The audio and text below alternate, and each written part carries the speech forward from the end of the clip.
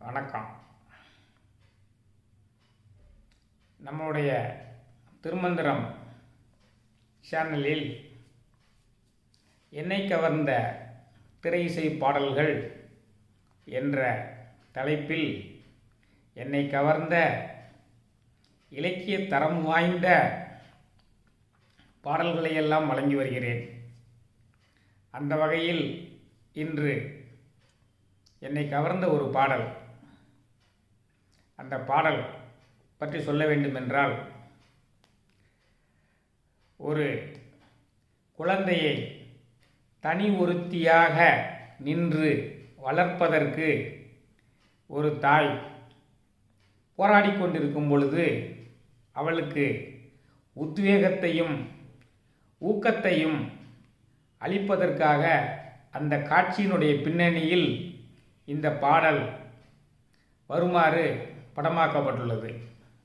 அத்தகைய ஒரு பாடல்.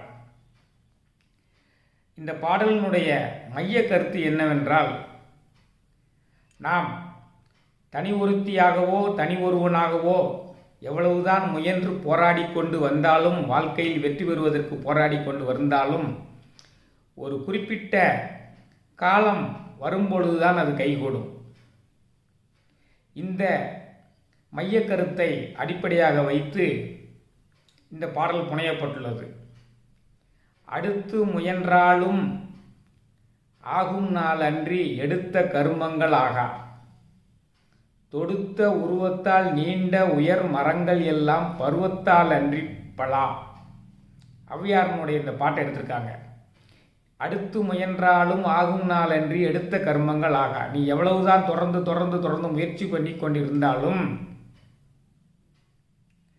அந்த காரியம் உடனே முடியாது. எப்படி நீண்டு உயர்ந்த மரங்கள் எல்லாம் ஒரு குறிப்பிட்ட பருவம் வந்த பிறகுதான் பழுக்கின்றனவோ, அதை போல அந்த முயற்சி திருவினையாகும் காலம் வரும்பொழுதுதான் அந்த முயற்சி வெற்றியடையும். அதுவரை போராடி கொண்டே இருக்க வேண்டும் என்பதுதான் பொருள். அடுத்து முயன்றாலும் ஆகும் நாள் அன்றி எடுத்த கர்மங்கள் ஆகா, தொடுத்த உருவத்தால் நீண்ட மரங்கள் எல்லாம் பருவத்தால் அன்றி பலா. இது ஔவையின் அமுதமொழி. வள்ளுவன் வாய்மொழியில் சொல்வதை ஆக இருந்தால், கொக்கொக்க கூம்பும் பருவத்து மற்றதன் குத்தொக்க சிர்த்த இடத்து. கொக்கொக்க கூம்பும் பருவத்து மற்றதன் குத்தொக்க சிர்த்த இடத்து.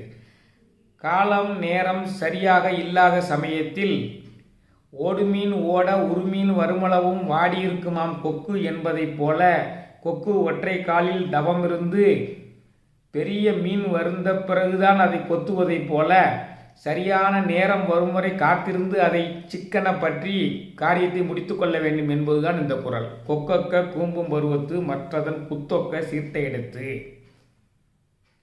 அடக்கமுடையார் அறிவிலார் என்றெண்ணி கடக்க கருதவும் வேண்டா, மடைத்தலையில் ஓடுமீன் ஓட உருமீன் வருமளவும் வாடி இருக்குமாம் கொக்கு. ஒருத்தன் அமைதியா இருக்காங்கிறதுக்காக வேண்டி அவன் வீரமில்லாதவன் என்று அறிவில்லாதவன் என்று அர்த்தமில்லை. அறிவுடையவர்கள் தக்க காலம் வரும் வரை காத்திருப்பார்கள். ஓடுமீன் ஓட உருமீன் வருமளவும் வாடி இருக்குமாம் கொக்கு என்பதைப் போல காத்திருப்பார்கள் என்று மற்றொரு பாடலிலும் அவ்வை குறிப்பிடுகிறாள்.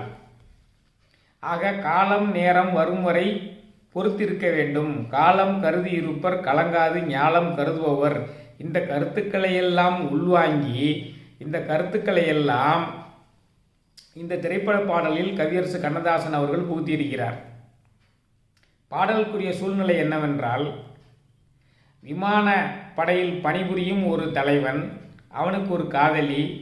அவர்கள் இருவரும் காதல் அரும்பி இருவரும் மன வாழ்க்கையை தொடங்கும் பொழுது ஒரு விமான விபத்தில் அந்த விமானி பலியாகி விடுகிறான்.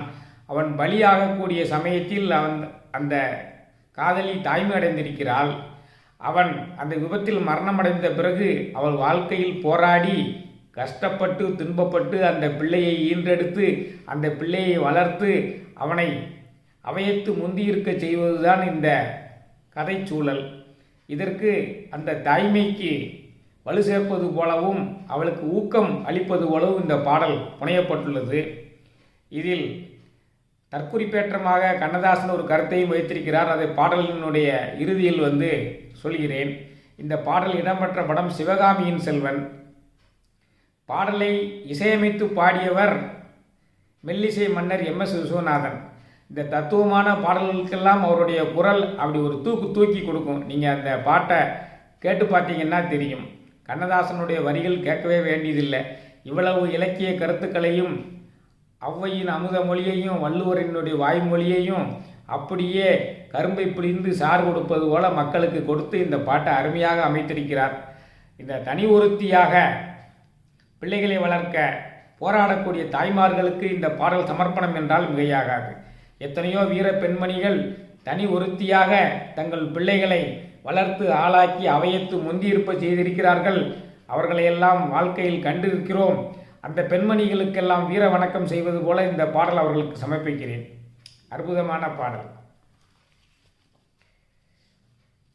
எதற்கும் ஒரு காலம் உண்டு பொறுத்திருமகளே, இன்பத்திலும் துன்பத்திலும் சிரித்திருமகளே. எதற்கும் ஒரு காலம் உண்டு பொறுத்திருமகளே, இன்பத்திலும் துன்பத்திலும் சிரித்திருமகளே. மனித குலம் வாழ்வதிந்த தத்துவத்திலே, மனித குலம் வாழ்வதிந்த தத்துவத்திலே, அனுபவத்தில் எழுதி வைத்தார் புத்தகத்திலே. பிள்ளைக்கென வாழ்ந்திருக்கும் தாயினத்திலே, பிறந்தவரில் நீயொருத்தி ஆயிரத்திலே. இன்பத்திலும் துன்பத்திலும் சிரித்திருமகளே, எதற்கும் ஒரு காலம் உண்டு பொறுத்திருமகளே, இன்பத்திலும் துன்பத்திலும் சிரித்திருமகளே. அடையாத கதவிருக்கும் ஆலயத்திலே, அன்னையைப் போல் அன்பிருக்கும் அவனிடத்திலே. மகளே உன் மனக்குறையை அவனிடம் கூறு, கருணைக்குத்தான் கடவுள் என்று மற்றொரு பேரு. இன்பத்திலும் துன்பத்திலும் சிரித்திருமகளே, எதற்கும் ஒரு காலம் உண்டு பொறுத்திருமகளே, இன்பத்திலும் துன்பத்திலும் சிரித்திருமகளே. நிழல் கொடுக்க தந்தை என்ற மரம் இருந்தது, நேற்று வந்த காற்றில் அந்த மரம் விழுந்தது. கனி சுமந்த பூங்கொடியோ கண் கலங்குது, இனியும் என்ன ஆகுமென்று பெண் கலங்குது. இன்பத்திலும் துன்பத்திலும் சிரித்திருமகளே, எதற்கும் ஒரு காலம் உண்டு பொறுத்திருமகளே, இன்பத்திலும் துன்பத்திலும் சிரித்திருமகளே. 2 மாதம் சென்று பிள்ளை வந்தது, அம்மா உன் வேதனைக்கோர் எல்லை வந்தது. சிவகாமி பெற்றெடுத்த செல்வனல்லவோ, நாளை இன்ற மன்னையாளும் மன்னன் அல்லவோ. இன்பத்திலும் துன்பத்திலும் சிரித்திருமகளே, எதற்கும் ஒரு காலம் உண்டு பொறுத்திருமகளே, இன்பத்திலும் துன்பத்திலும் சிரித்திருமகளே. இதுதான் பாடல். பாடலில் கண்ணதாசனுடைய அந்த அற்புதத்தை பாருங்கள். முதல் சரணம் எதற்கும் ஒரு பல்லவி, எதற்கும் ஒரு காலம் உண்டு பொறுத்திருமகளே, இன்பத்திலும் துன்பத்திலும் சிரித்திருமகளே, இன்பத்திலும் துன்பத்திலும் சிரித்திருமகளே. அதான் எதற்கும் ஒரு காலம் உண்டு, கொக்கொக்க கூம்பும் பருவத்து மற்றதன் குத்தக்க சீர்த்த எடுத்து, காலம் கருதி இருப்பர் கலங்காது ஞாலம் கருதுபவருங்கிற இந்த 2 குறளையும் பயன்படுத்துகிறார்.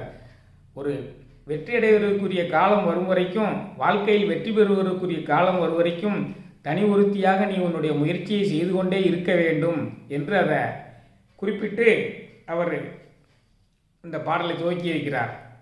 அதன் பின்னர் பாருங்க, மனித குலம் வாழ்வதிந்த தத்துவத்திலே அனுபவத்தில் எழுதி வைத்தார் புத்தகத்திலே. அவ்வையும் வள்ளுவரும் இதைத்தான் எழுதி வச்சிருக்காங்க. அதனால முயற்சியை கைவிடாத, நீ போராடி கொண்டிரு அப்படின்னு சொல்றார். பிள்ளைக்கென வாழ்ந்திருக்கும் தாயினத்திலே பிறந்தவரில் நீயொருத்தி ஆயிரத்திலே. தனி ஒருத்தியாக பிள்ளையை வளர்க்குறது ஒரு பெரிய தியாகத்தாய் அல்லவா, தியாகம் அல்லவா. அதில் நீ 1000 பேரில் நீ ஒருத்தி. உன்னுடைய பையன் நாளைக்கு பேர் சொல்லுவான். உன்னுடைய முயற்சியை கைவிட்டுறாத. கஷ்டப்படுறவங்களுக்கெல்லாம் யாரு கடவுள், யாரு துணை? கடவுள் தான் துணை. அதான் அடையாத கதவிருக்கும் ஆலயத்திலே அன்னையை போல் அன்பிருக்கும் அவனிடத்திலே. மகளே உன் மனக்குறையை அவனிடம் கூறு, கருணைக்குத்தான் கடவுள் என்று மற்றொரு பேரு. இன்பத்திலும் துன்பத்திலும் சிரித்திரு மகளே. கடவுள்கிட்ட போய் உன்னுடைய பாரங்களை எல்லாம் இறக்கி வைங்க. மனம் எளிதாகும். சிரிச்சுக்கிட்டே இருங்க, போராடுங்க அப்படின்னு சொல்ல வரார் அந்த தாய்க்கு. கடவுள் கருணை வடிவானவன், அன்னையை போன்றவன். என் அம்மாட்ட போய் உன்னுடைய கஷ்டத்தை எல்லாம் சொல்கிற மாதிரி கடவுள்கிட்ட போய் உன்னுடைய கஷ்டத்தை எல்லாம் சொல்லி வந்தீங்கன்னா உன்னுடைய மனப்பாரம் குறையும், உனக்கு ஊக்கம் பெருக்கும். அதே மாதிரி செய்ய அப்படின்னு சொல்லி அந்த பெண்மணிக்கு ஆறுதல் சொல்கிறாரு. அடுத்து என்ன சொல்கிறாரு பாருங்க. நிழல் கொடுக்க தந்தை என்ற மரம் இருந்தது, நேற்று வந்த காட்டில் அந்த மரம் விழுந்தது. கனி சுமந்த பூங்கொடியோ கண் கலங்குது, இனியும் என்ன ஆகுமென்று பெண் கலங்குது. அவ அப்பா ஆறுதலாக இருந்தார். வயிற்றுக்குள்ள பிள்ளையை சுமந்துக்கிட்டு இருக்கும்போது அப்பாவும் திடீர்னு வயது முதிரும் காரணமாக இறந்து விட்டார். அப்போ வயிற்றில் பிள்ளையை சுமந்து கொண்டு இந்த பிள்ளை என்ன செய்ய போகிறாளோ என்று கண்கலங்கி நிற்கக்கூடிய அந்த காட்சியை நினைவு கூறுகிறார். அடுத்து 2 மாதம் கழித்து 10 மாதம் கழித்து பிள்ளை வந்துருச்சு அப்படின்னு சொல்லி பாட வரக்கூடிய ஒரு கதையினுடைய அந்த தாயினுடைய பெயர் சிவகாமி. அவனுக்கு மகன் பிறக்குது. சிவகாமியின் செல்வன்கிறதா அந்த படம்.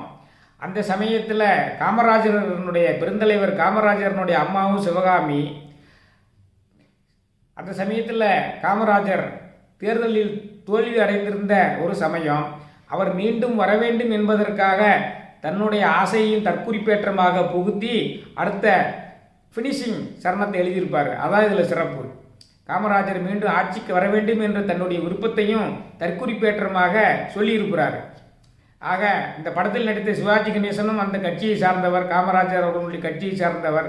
அவருக்கும் பொருந்தக்கூடிய வகையிலையும் காமராஜர் மீண்டும் ஆட்சிக்கு வர வேண்டும் என்ற தன் விருப்பத்தையும் தற்குறிக்கேற்றமாக கூறி இந்த கடைசி சரணத்தை முடிச்சிருப்பார்.